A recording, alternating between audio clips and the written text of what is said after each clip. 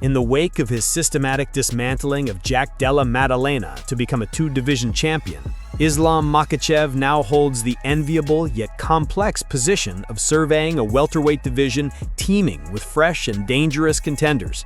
However, the newly crowned king has immediately applied a dose of cold hard logic to the title picture, casting significant doubt on the immediate eligibility of the division's most feared boogeyman, Shavkat Rakhmonov. While many fans and pundits believe the undefeated Rakhmonov presents the most stylistically intriguing challenge for Makachev, the champion himself is not convinced the timing is right. In a recent media scrum, Makachev pointed directly to Rakhmonov's prolonged inactivity as a disqualifying factor. Shavkat hasn't fought for over a year, Makachev stated matter-of-factly. A contender can't sit out for a year with injuries and then come fight for the belt. This stance establishes a clear principle. Championship opportunities must be earned through consistent activity and recent victories, not just a fearsome reputation. Despite this, Makachev left the door open, showing respect for Rakhmonov's skills while placing the final decision in the UFC's hands. If he recovers and the UFC decides he's next, why not? This pragmatic assessment reflects Makhachev's broader view of a suddenly crowded contender queue. He acknowledged the impactful results from UFC Qatar, noting, "Yesterday there was a good fight. A former champion fought a young guy," in reference to Ian Machado Gary's win over Bilal Muhammad. This has created a landscape with at least 3 or 4 contenders, including the surging Gary, the legendary Kamaru Usman, whom Makhachev has admitted is his personal preference for a legacy fight, and the explosive Michael Morales. Rather than being overwhelmed by the options, Makhachev has imposed his own timeline, revealing that clarity is likely just weeks away. "I think the UFC will decide soon. Probably in about 2 weeks it will be clear who the next challenger will be." This calm expectation underscores his position as an established champion who can afford to be patient, allowing the promotion to untangle the web of contenders. Further solidifying his future, Makhachev all but closed the door on a return to the lightweight division, citing the increasing physical toll of the weight cut as he gets older. This declaration cements his status as a permanent fixture at 170 pounds, a champion who is now meticulously evaluating the new threats in his kingdom, ready to defend his throne against whoever the UFC deems the most worthy, provided they have been active enough to truly earn the shot.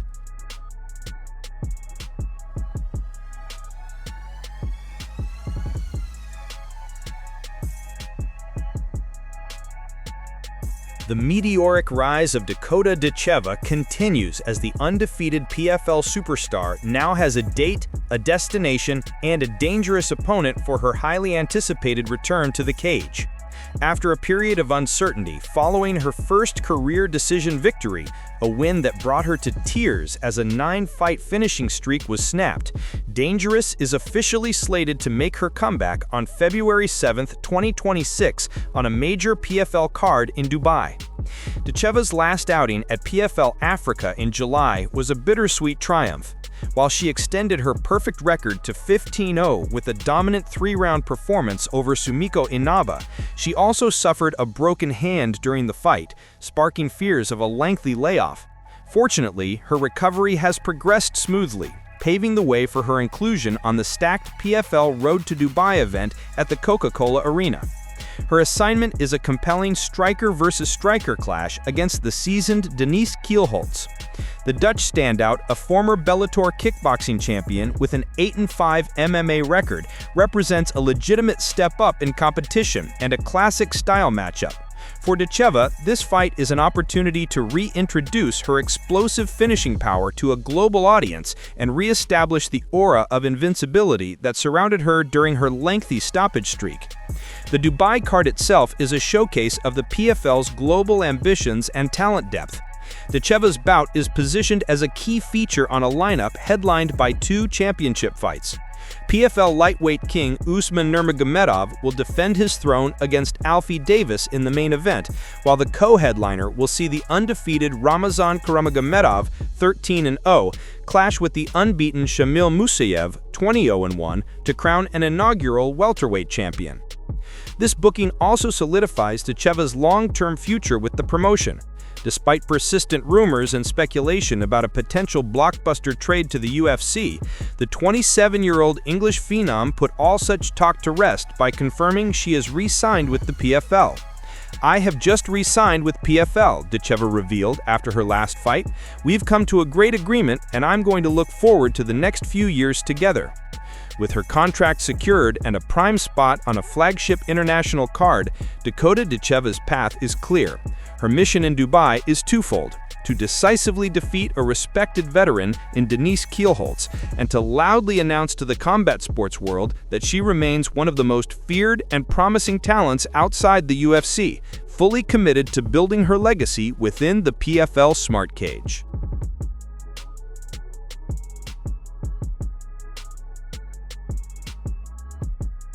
The race for the first shot at Islam Makhachev's newly won welterweight throne is intensifying, and a powerful new voice has entered the debate, throwing his considerable weight behind the division's most explosive, undefeated contender. Jorge Masvidal, the former UFC BMF champion and icon of the 170-pound division, has publicly endorsed Mikael Morales for the next title opportunity, using his platform to amplify the Ecuadorian phenom's claim. Masvidal recently hosted Morales on an episode of his Death Row MMA show and subsequently took to social media to make his position unmistakably clear. Sharing a clip of their conversation, Gamebred posted a simple but powerful message on X: "Give this man the title shot." This endorsement from a fighter of Masvidal's stature carries significant weight, lending a veteran seal of approval to Morales' rapid ascent. It's an ascent that is difficult to ignore. The 26-year-old Morales boasts a pristine 19-0 record, with a stunning 15 of those wins coming by way of finish. His momentum reached a fever pitch at UFC 322, where he needed less than one round to starch the highly touted Sean Brady with a devastating knockout. This victory, which lifted him to the number 3 ranking, was so emphatic that it even drew praise from the new champion Makachev himself. However, Morales finds himself in a crowded field of worthy challengers. The legendary Kamaru Usman is Makhachev's own preferred choice for a legacy fight. The Ian Machado Gary loudly called his shot after a decisive win over former champion Belal Muhammad at UFC Qatar. And the dangerous Carlos Prates is also lurking with back-to-back violent stoppages of his own. Demonstrating the confidence and willingness to fight anyone that has defined his rise, Morales addressed the logjam head-on in his conversation with Masvidal. He expressed no sense of entitlement and showed a refreshing readiness to eliminate any other potential threats. "If I have to fight Carlos Prates before the belt, I'll do it no problem, because in this game, it's everyone against everyone. It's the only thing that can be done." This statement creates a fascinating potential scenario: a title eliminator bout between the ferocious Mikael Morales and the heavy-handed Carlos Prates. Such a fight would be a guaranteed barn burner and would provide undeniable clarity in the title picture. With Masvidal now championing his cause and his own performances speaking volumes, Mikael Morales has forcefully inserted himself into the center of the championship conversation, presenting the UFC with a young, hungry, and finishing-oriented contender who is willing to fight his way to the front of the line.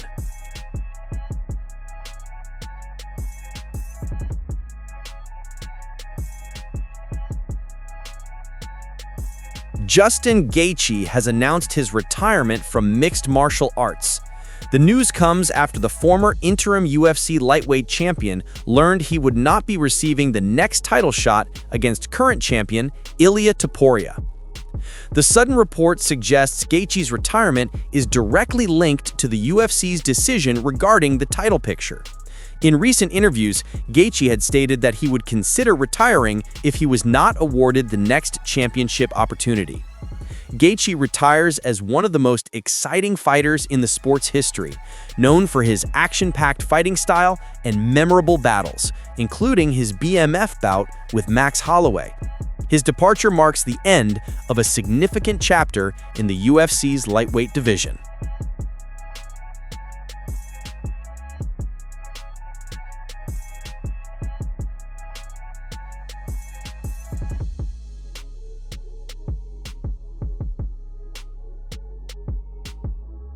In a monumental shift for the UFC's bantamweight division and women's MMA as a whole, a blockbuster championship fight between Kayla Harrison and Amanda Nunes is now officially in the works, targeted for the promotion's inaugural event on its new Paramount broadcast platform in early 2026. This long-speculated super fight pits the most dominant force in women's MMA history against the most decorated and physically imposing challenger she has ever faced. Amanda Nunes, the reigning bantamweight champion, will be returning from a lengthy layoff to defend her title against the two-time PFL champion and Olympic gold medalist judoka, Kayla Harrison. The stakes for this clash are immeasurable.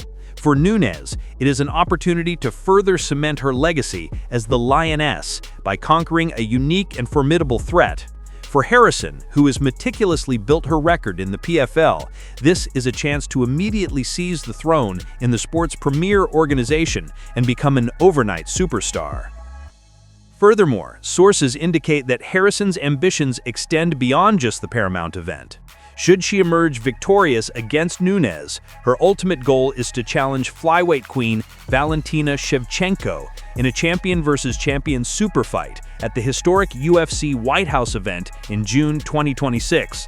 This plan sets up a potential year for Harrison that could see her defeat two of the greatest female fighters of all time and claim titles in two weight classes.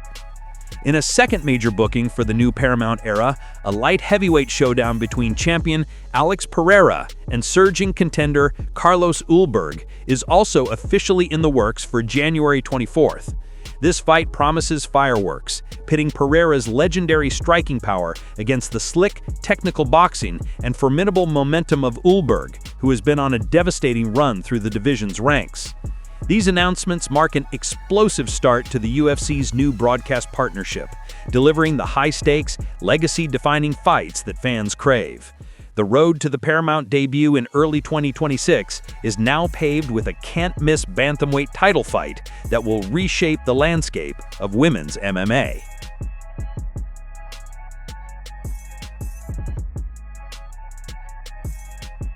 With a dominant victory now cementing his status as the division's most formidable contender, Arman Tsarukyan is not just asking for a UFC lightweight title shot, he is demanding it, with a level of certainty that leaves no room for debate. Fresh off a surgical, second-round submission of veteran Dan Hooker in the main event of UFC Qatar, Tsarukyan has declared that the path to champion Ilia Topuria must now run directly through him, dismissing the idea of a title fight against the popular Paddy Pimblett as a promotional misstep that would undermine the sport's credibility. In a conversation with Ariel Helwani on Monday, Tsarukyan's confidence was absolute. "It's 100% going to be me. No way they can give Paddy Pimblett the fight. Everybody's gonna laugh at them," he stated, drawing a clear line between what he sees as a legitimate sporting merit and mere entertainment. He framed his own resume as unassailable, asking, "I'm #1 contender. I proved it again. What do they want from me? I went and destroyed Dan Hooker." This latest victory was, in Tsarukyan's view, a strategic masterstroke designed to eliminate any potential excuses from the UFC matchmakers. He revealed a belief that the promotion may have been hoping for a less decisive performance, which would have allowed them to delay his title shot. Their plan was that maybe I was going to struggle with Dan Hooker and they could push me to the back and they say, "Listen, you barely won over Dan Hooker, you have to wait." Now they cannot say anything. #1 contender is here, I show up in Qatar to show everyone. His final stance was one of uncompromising principle. He declared that it simply has to be me, asserting that his 5-fight winning streak, which includes a pivotal decision over former champion Charles Oliveira, and his flawless performance in Qatar, have created an obligation for the UFC to grant him the opportunity. He is utterly dismissive of Pimblett's qualifications, believing the Englishman's ranking and height do not equate to a legitimate claim for a championship fight. For Arman Tsarukyan, the calculation is simple. He has defeated every man placed in front of him in devastating fashion, and he has now cleared out the logical final hurdle before a title shot. Any other outcome, particularly one that favors storyline over sporting merit, would be, in his eyes, an injustice and a joke. The ball is now in the UFC's court to decide whether to crown the division's most dangerous contender or risk the ire of a fighter who believes he has left them with no other choice.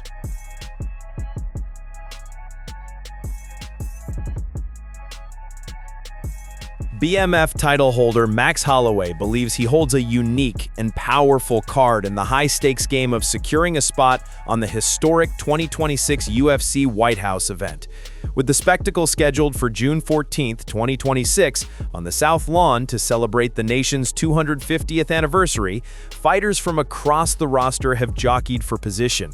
But Blessed, hailing from Hawaii, sees his nationality and his symbolic belt as the key factors that make his participation almost inevitable. During a conversation with the Korean Zombie, Holloway laid out a compelling case for his inclusion. There is no American champion. The only American champion there is the BMF title holder. So am I going to be on the card? I like my odds of being on it, Holloway stated with characteristic confidence. He doubled down on this logic, emphasizing the odds of me being in there is probably high. Like I said, there is no American as a UFC champion, but me with the BMF title. This argument is difficult to refute. On a card meant to showcase American combat sports on a global stage, the presence of the nation's most popular and exciting active title holder seems not just logical, but essential. Holloway's plan to make this a reality involves a busy and ambitious schedule. Currently recovering from a hand injury sustained in his epic victory over Dustin Poirier earlier this year, the former featherweight king is targeting a swift return to action. First things first, just get through this injury and hopefully I can get a fight early in the year around March-April and see if I can do a turnaround in June for the White House card, he revealed. This tight timeline underscores his desire to stay active and build momentum heading into the summer blockbuster. As for the opponent who could define his path to the White House lawn, Holloway's sights are set on a grudge match with a familiar foe. He has repeatedly called for a rematch with lightweight champion Ilia Topuria, the only man to have knocked him out in his storied career. A chance to avenge that loss and potentially become a two-division champion would provide a storybook narrative for the historic event. For Max Holloway, the path is clear. Heal up, secure a big win in the spring, and then march on to the most unique stage in sports history as the standard-bearer for American MMA, ready to settle the score and cement his legacy all in one night.